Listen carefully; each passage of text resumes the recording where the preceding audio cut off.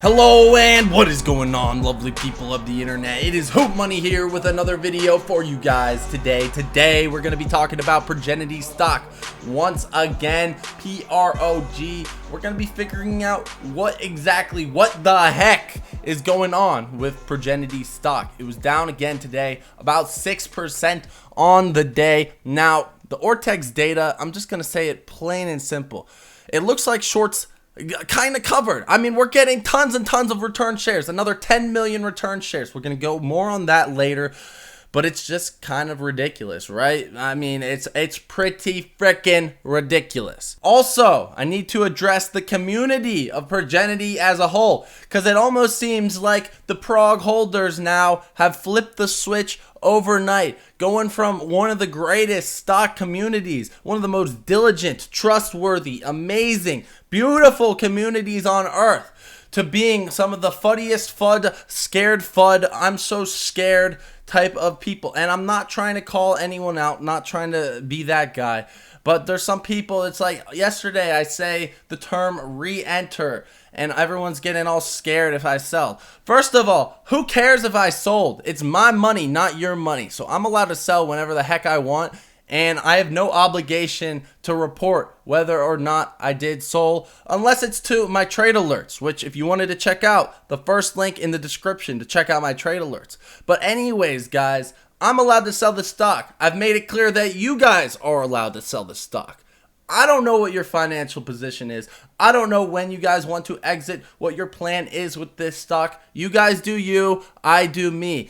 And just to clear the air, I haven't sold a single PROGENITY stock. When I said re-enter into PROGENITY, it wasn't because I sold. It was literally because I have entered into it before. I want to enter into it again and average up and bring up my cost basis because I am still bullish on PROGENITY. All right, that is just how I see it. I'm looking for another dip down here to about $3.50. I still think there might be a little tad bit of downside, but that doesn't really matter. Just like the video, subscribe for more, hit them post notifications, and let's get right into it. So as you guys can see, here we have the PROGENITY chart, and what I mean is why I'm still looking for a dip is I'm looking for the perfect entry on this thing, right? It's doing this expanding pattern right here. This thing could come down to as low as maybe $3.45, honestly, and that's how it would be within the trajectory. We knew this was going to be volatile. I've warned plenty of times that this is going to be a volatile play.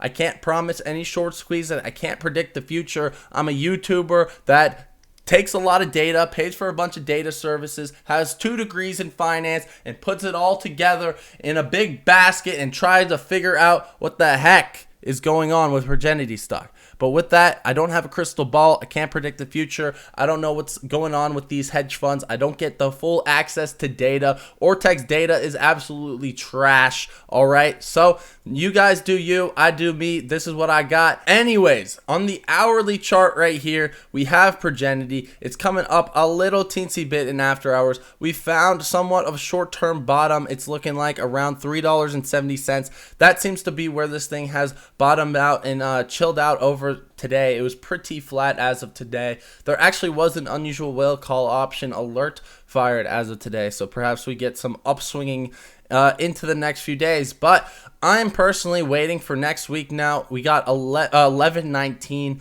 I went over the settlement date thesis of the squeezes in my previous video on PROGENITY stock, where we were talking about the T+2 settlement. We had Friday's nice price action. People thought that we would continue into Monday and Tuesday because there's 2 days to deliver shares to options holder. And what happened back here on October 15th was that options expired. The next day, price rocketed up. So by the transitive property, people thought 11/19, options expire, it rockets back up. My theory is the settlement date theory, right? So there's a settlement date where FINRA has to basically take in all the short interest and give an extra 2 days to actually report it because of T+2. And then they report the exchange reported short interest every 2 weeks. So the settlement date was on October 15th. There was also a settlement date back here, I believe, 9/30. There was another one right all the way over here on 11/15. So that's what the numbers were. We actually finally got the Ortex data all the way over here for the short interest that was being reported right here. How convenient, right? We get the new short interest data as of today for a short interest that was reported right here. Now, what's in common with all of these settlement dates, right? It goes up. It goes up. 3 out of the 4. There was another one over here. I forget which date. Maybe it was 10/29. I'm not 100% sure, where it did not rip. But 3 out of the 4 past settlement dates, this stock rips afterwards, right? They report the short interest. Everything's good. And then boom, it absolutely rips. So, in my opinion, this is a better back-tested strategy, correct? It could be wrong. It could be wrong. We only had one other options expiration to go off of with this entire price action that we're seeing, which is that 10.15, and it only hit 50% of the time.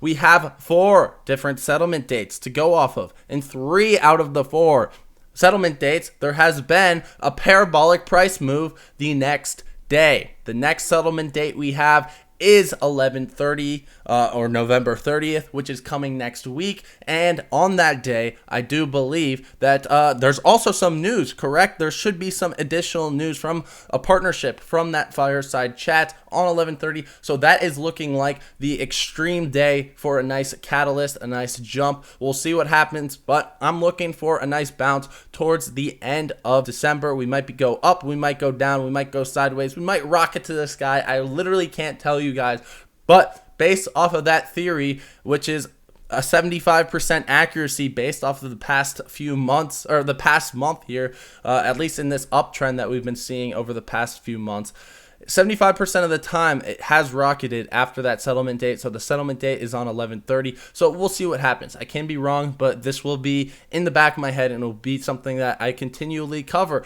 on this channel. Anyways, guys, you want to check out this charting software. This is WeBull Desktop. You can sign up using the link below in the description or in the pinned comment section. You can get up to $2,300 in free stock just for signing up, depositing at least 1 penny on their platform. So it's quite literally free money, the best investment you can make. You can turn a penny into $2,300. You can brag about it at Thanksgiving. Tell your aunt that you just don't want to listen to anymore. And yeah, I mean that. Yeah, and then tell her how Bitcoin's going to change the future. But anyways, guys, check out WeBull if you guys haven't already. Links below, description, pin comment section. Deposit 1 penny. Let's get right back into it. So here we've got the market Cipher, market sniper. Here we have the daily chart pulled up. We are still in a green cash flow right here, or money flow on the market Cipher chart. The VWAP's also coming down here. We're not quite getting a blue wave. If there is a tasty blue wave to the downside right here, these blue waves are momentum waves. So if there is a tasty blue wave to the downside, that's where you'd scoop up some shares. But right now on the daily, as long as the money flow is still green, that means this uptrend is still intact. As we're going down right now, that's looking like a better solid entry point, at least from this daily perspective. Now, it changes up once we go into the lower time frames.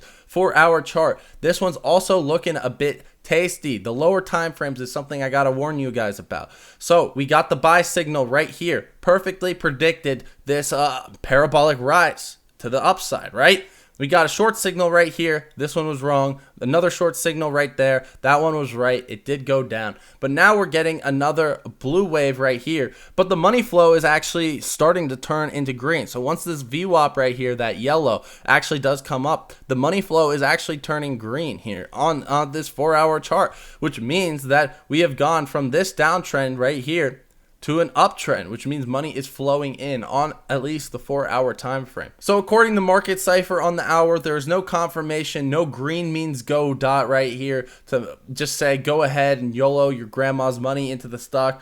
But it is looking like this may come up, and we may see a few green days in the near future. Nothing is confirmed as of yet, but it is looking like that. Now we can look at some smaller time frames like the hour. The hourly chart is not looking as strong. As you guys can see, we've had a few of these waves. It is bearish money flow right there, the red money flow. So at some point this is gonna have to come up and turn into bullish momentum. It's seeming like that's gonna happen soon. I can't make any promises, but that is at least what I'm getting at. And on this 15-minute chart, this is looking absolutely beautiful for a long position. We've got the big blue wave followed by 3 smaller blue waves. This is very prime. There was also a green dot. And if you guys don't already understand how this blue wave analysis works, there's a big blue wave, a smaller blue wave, a smaller blue wave, a smaller blue wave. Every time there is a smaller blue wave, that is a good time to enter into a long position. According to the software, you guys can see big blue wave here, smaller blue wave here. You go long here, boom, you get some free money. All right, that's how it works. That's how Market Cipher works. Here we have on the 15 minutes something that looks like it is going to go up, but keep in mind when the money flow is bearish, that means it's way easier to break through support levels. So even if we jump up, like right here, even if we jump up, it's so much easier to just break through that support level because the money flow is bearish. So keep that all in mind. That's the Market Cipher analysis. Now let's get into the Ortex data, which is an absolute cluster. Okay, so we can see right here 11.36 million shares were returned. This is ridiculous, guys. Absolutely ridiculous, especially after yesterday we got what, like 10 million more returned shares. Let's just look at this real quick. So how many we get yesterday? 10 million. Day before, 6 million. Day before, another 7 million. All right, so what is that? That's about 32 million shares returned within 3 days, when the maximum that we've seen this thing shorted at any period of time was about what, 20 million shares. Makes absolutely no sense.